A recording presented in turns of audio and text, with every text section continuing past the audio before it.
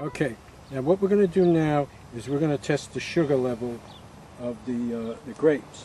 Now, sugar in grapes is measured in what's called bricks. The reason why that's important is, for argument's sake, if you got 26 bricks, you got 13% alcohol. Bricks is always double the alcohol. 13 or 12% is what you really want. So we'll go over and we'll look at a cluster, and we take what's called a representative berry. Now that's a big one. This one looks about right. It's not too big, not too small. And this is a little device that we use, and we splash it on here. That's the juice, and then we close it up. Then I hold it up to the sun, and it's going to tell me, give me a reading in bricks. And this is telling me that we're about 13 bricks. That means that we're about 6.5% alcohol. So again, these are not ripe grapes. Now we just tested the afternoon side. This gets afternoon sun, so generally this might ripen a little quicker than the morning side, which just gets the morning sun, which is not as hot. So we could go on this side and we'll do the same thing. We'll look for a medium-sized berry, and when you do this, you do get the berries from different parts of the cluster and different size clusters. And we'll squeeze it on here and see what it tells us. Now it could say less, it could say more. Surprises you every time. Okay, and this, yes sir, this says 16. So this puts it, well, this was a smaller cluster, but this cluster tells us 16, which means it's 8% alcohol as opposed to 6.5 from that side. So that to me is surprising. What we would normally do though is we would walk through the vineyard and collect different grapes from it, and then we'd put them in a plastic dish, squash them, and then there's this little thing here. You pick them up, put them on here, you mix them up, you pick them up, put them on here, and you take your reading, and that gives you a general idea what's happening in the whole vineyard. And that's what we would normally do.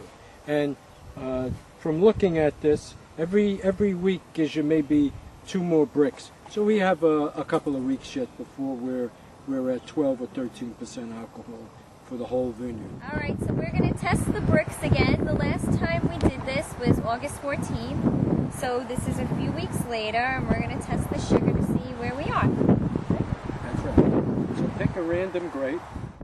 This one right here. So again, we're going to pick another berry from the morning sun and then from the afternoon sun.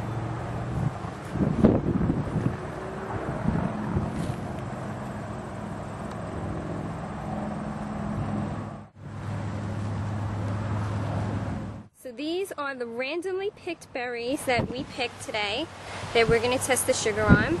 These are all of the Merlot grapes from the past rows that we were just at. So now we're going to come to over here and we're going to pick Cab Franc grapes and do the same thing. So again, from just a random cluster, I'm going to go in and take a berry from here, stick it in there, and then we're going to go down the rest of the rows and do the same thing. And then we'll go inside and test the sugar. What we're doing now is Amy picked the grapes. I'm crushing them so we can get a juice which will mix together.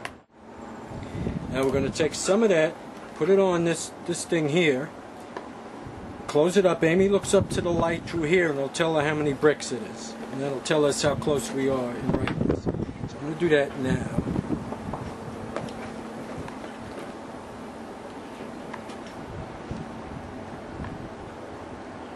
That might be enough. So go look up at the sun. Got to turn out to the sun. Look in there.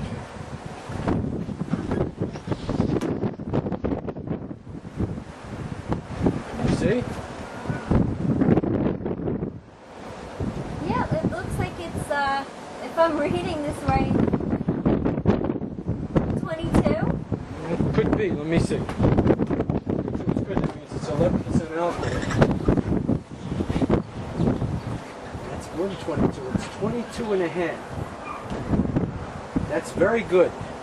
We could pick in maybe 2 weeks. So we just tested the Merlot, And as Dad said, it's about 22.5 bricks on that. So now we're going to test these little guys here, the Cabernet Franc, and we'll see what we get on these. So we're going to mash them up to get all the juices out of the random berries that we chose.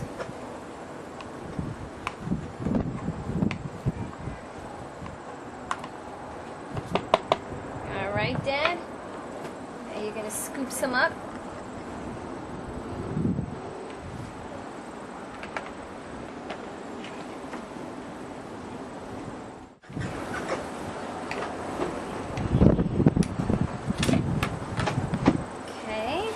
So, once again, let's see what we get.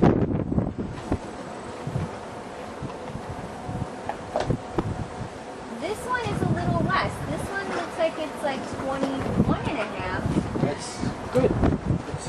The Cab Franc is always a little behind the Merlot. Okay. Just double check that for me. You're right. This is just about 22. So last time we checked it, they were about a half a degree behind. So that's good.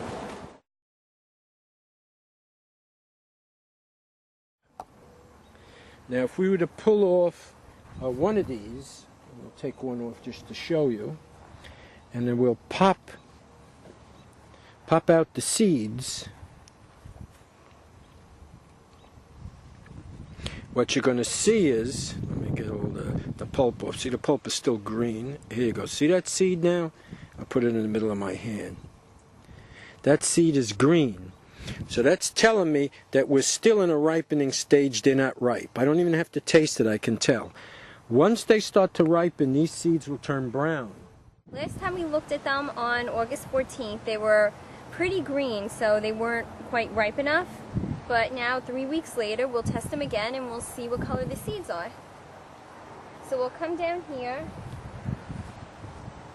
into this cluster here. We'll pull this guy off. This is a nice big guy. Alright. Now we'll pop that out. And you can see already, these are much browner than when we looked at them a few weeks ago. They're already turning. Last few weeks when we tested them, they were a bright neon green. Now they're starting to look definitely riper.